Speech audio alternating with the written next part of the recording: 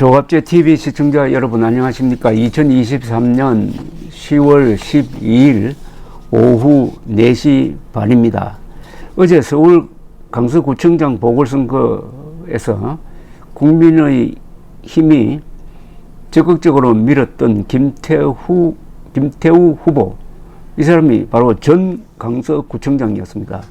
가 17%포인트 차이로 민주당 후보에게 크게 졌습니다.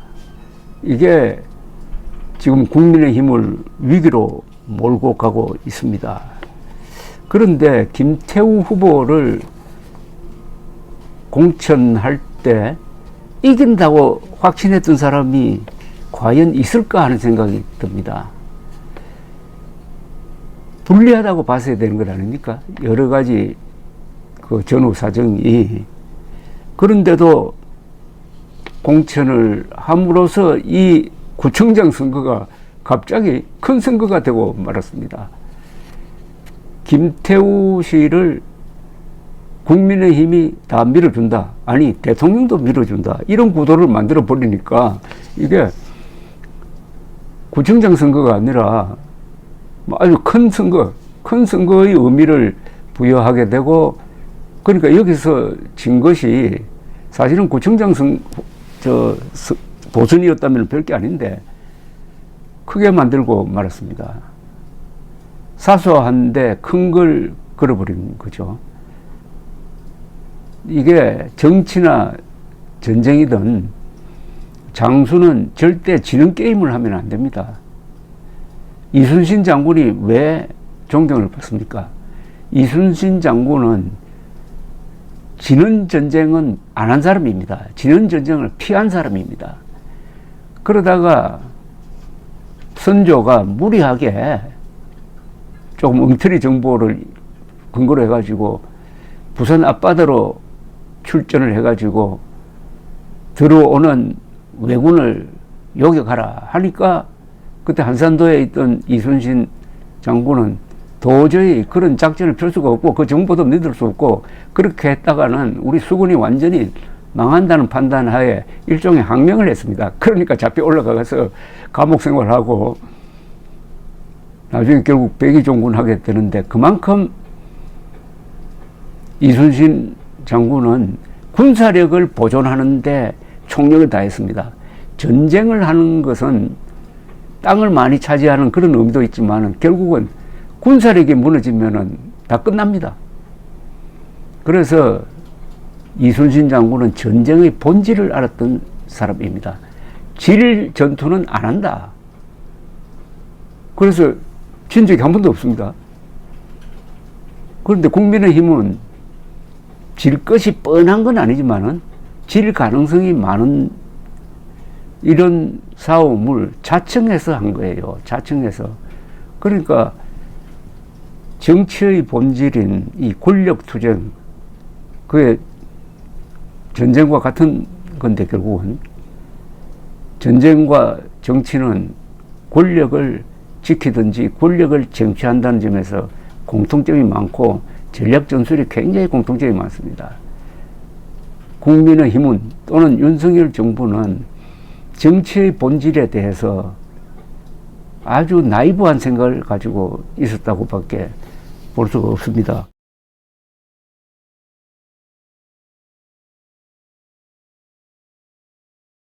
그럼에도 한 사람, 눈에 띄는 사람이 이준석 전 국민의힘 대표입니다.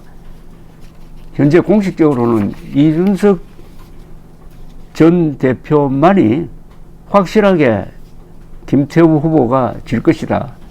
더불어 놀랍게도 18%포인트 정도로 질 것이다 라고 예측을 했는데 딱 맞았습니다.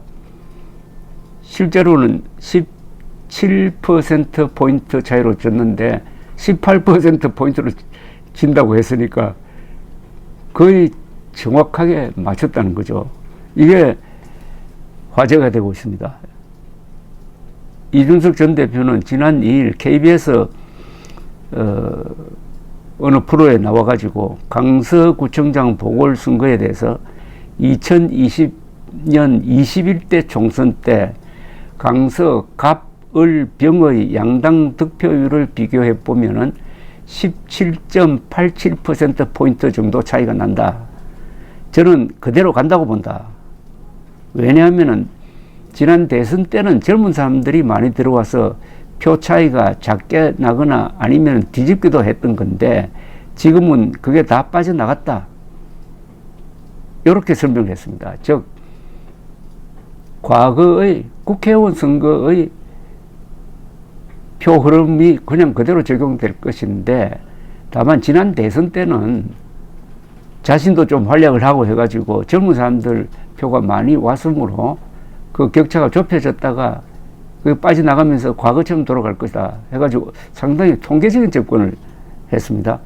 지난달 26일 페이스북에서는 이렇게 또 설명을 했습니다. 가장 가까운 지난 21대 총선 때 강서, 갑, 을병 투표를 합산해서 나누면 17.87%의 격차가 나온다. 그런데 지난 총선보다 분위기가 오히려 안 좋다는 말이 나온다. 그러나 보궐선거에서는 투표율이 때문에 보수에 유리할 수 있다. 그러니까 보궐선거는 투표율이 높지 않으므로 상대적으로 투표율이 높은 보수층 덕을 본다고 생각하면 서로 상쇄가 돼가지고 결국 18%포인트 정도가 될 것이다 라고 분석을 했는데 이렇게 하니까 국민의힘 안에서는 왜 미리부터 찬물을 끼얹느냐 해가지고 욕을 많이 먹었습니다. 그러나 결과적으로는 맞았습니다. 이걸 통해서 다시 한번 이준석 전 대표의 감각이 탁월하다는 것을 확인할 수가 있습니다. 오늘날 이준석 대표의 위상은 좀 본인이 느끼기에는 깝깝할 것이라고 생각합니다. 지난 국민의힘이 치렀던 한 3차례 선거에서 이준석 전 대표가 활약을 많이 했습니다. 2021년에 있었던 2021년 초에 있었던 서울시장 보궐선거에서 오세훈 후보 참모 역할을 했고 그 다음에는 당대표 선거에 나와서 당선이 되고 대선을 치렀습니다.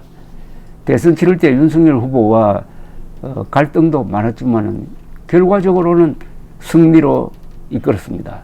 0.73% 표차를 0.73%포인트의 격차를 만드는데 이준석 후보의 기여가 몇 퍼센트 될까요? 예, 근데 한 5, 6% 포인트를 늘렸다고 보면은 결정적 역할을 했다는 것 아닐까요? 한 여론조사에 보면은 작년 대선의 제1등 공신은 윤석열 후보가 아니고 이준석 후보라는 이야기도 있었습니다. 그리고 당 대표로서 치른 작년 지방선거에서는 경기도지사를 빼고는 거의 전국을 석권을 했습니다. 이러면은 당 대표로서의 성적표가 굉장히 뛰어나다는 건데 무슨 감정적 기복이 있었는지 윤석열 대통령이 권성동시 등등을 앞세워가지고 결국은 밀어냈습니다. 밀어내는 과정이 너무나 지리했습니다. 이 과정 속에서 2030 중도표가 달아나서 윤석열 대통령 지지율이 30%대로 떨어진 것은 이거는 부인할 수 없는 사실일 것입니다. 그런데 하나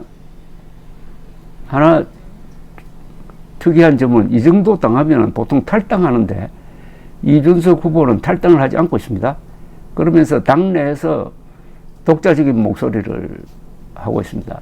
당내에서 독자적인 목소리를 한다.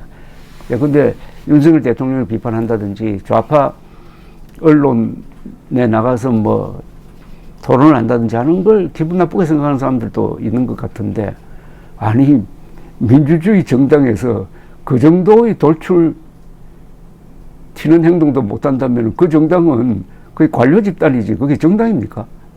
오히려 정당이 살아있음을 보여주는 게 그런 튀는 사람, 돌출 또는 반대 의견, 이견 이런 게 있어가지고 그 정당이 시끄럽기도 하고 출렁출렁대기도 하고 그러나 안보 분야에서만은 딱 하나가 되는 지금 이스라엘 정치처럼 그게 멋진 정치 아닙니까? 이준석 몰아내는데 박수를 쳤던 사람들이 한다는 이야기가 이준석은 싸가지가 없다, 뭐 부르장머리가 없다고 그러는데 그렇게 욕하는 사람들이 나이가 보통 60, 70, 80인데 아들뻘 되는 사람에게 예의 문제를 따지면서 정치하라고 하면은 그게 되겠습니까? 저는 이준석 대표를 높게 평가하는 여러 이유 중에 하나가 2019년이죠. 홍콩에서 민주화 시위가 있을 때 이 사람이 홍콩까지 가서 그 반공 민주화 시위에 참여했다고 합니다. 그 정도의 행동은 대단한 것 아닙니까? 아마 한국의 어떤 보수 정치인도 그렇게는 하지 않았죠.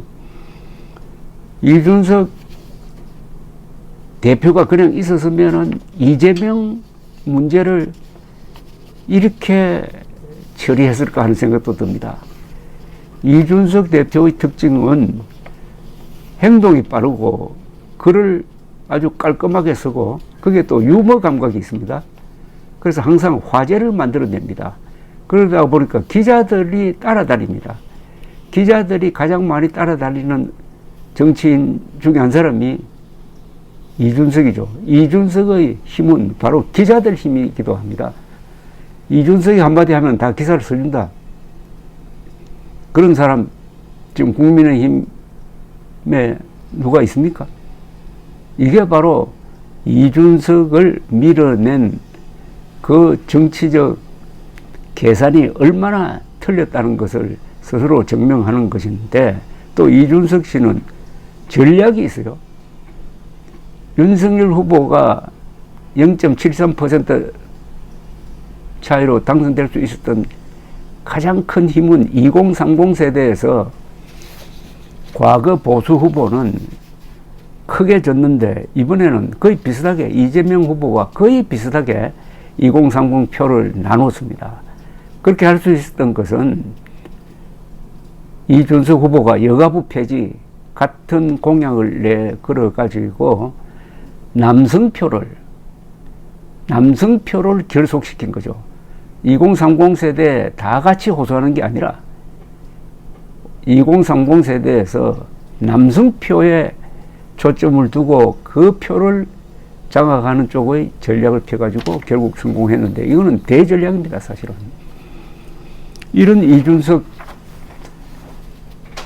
씨가 앞으로 총선 때 어떤 역할을 하느냐가 문제가 아니라 이런 이준석을 국민의힘이 어떤 역할을 할 수 있도록 하느냐는 거죠.